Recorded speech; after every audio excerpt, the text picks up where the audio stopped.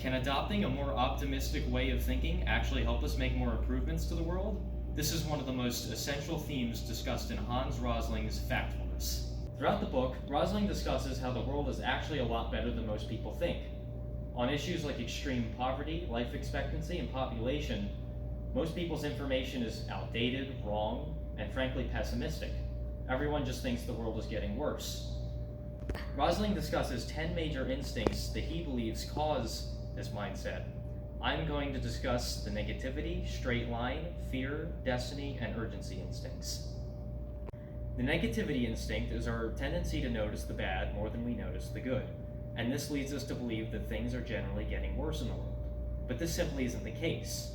The example Rosling provides to us is extreme poverty. Over the last 20 years, the number of people living in extreme poverty has been cut in half, despite most people thinking this number has been rising. We can't make effective plans to improve the world if we're ignorant to the progress we've already made. Rosling provides us with some ways to adopt a more optimistic point of view on these issues. For instance, just because something is bad doesn't mean that it can't be getting better at the same time. And any gradual improvement, even if it's really small, is still an improvement.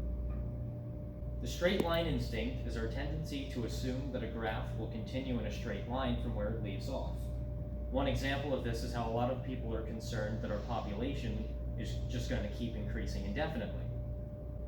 They worry that we're going to run out of space and resources for the human race, but this actually isn't how the population is expected to change over time. The population is expected to reach about 11 billion in the year 2100 and then remain relatively constant. We can't make effective plans to improve the world if we keep assuming that all of our issues are going to remain as they are right now, or just keep getting worse indefinitely.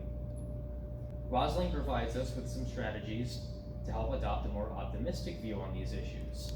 For instance, don't assume that a line will continue straight, and also don't assume that all problems will just continue to get worse. The fear instinct is our tendency to believe that the most frightening things we hear about are the most dangerous to us. For instance, a lot of people worry about taking commercial passenger flights, fearing that they will crash. But in reality, an extremely small percentage of commercial passenger flights actually end up crashing.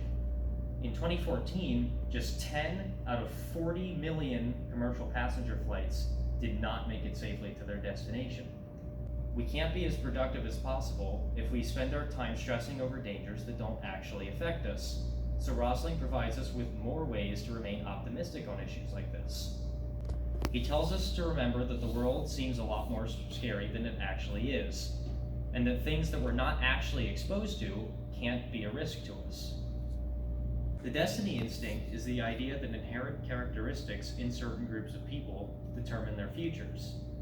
For instance, a lot of people have the idea that Africa is going to remain in poverty forever.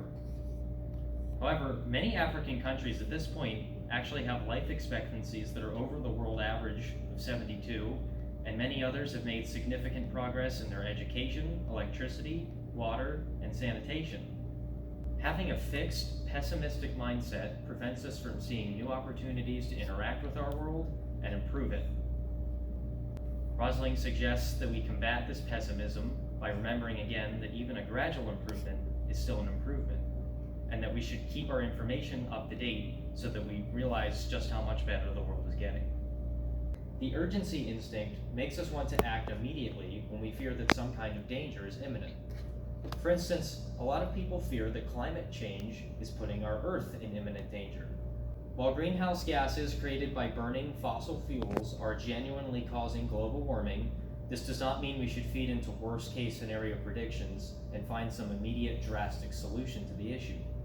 Drastic solutions often don't have much thought put into them and end up doing more harm than good, even when they have the best intentions. Rosling encourages us to remain optimistic when faced with decisions like these by reminding us that decisions are rarely as urgent as we may think, and by telling us that we should always gather information on the decision before we make it. In a modern world where the media constantly tries to shove bad news and pessimistic predictions for the future down our throats, Rosling provides us with a much-needed reminder to remain optimistic over these issues and to do our own research into them before we panic. We might be able to do a better job at improving the world if we actually believe that we can.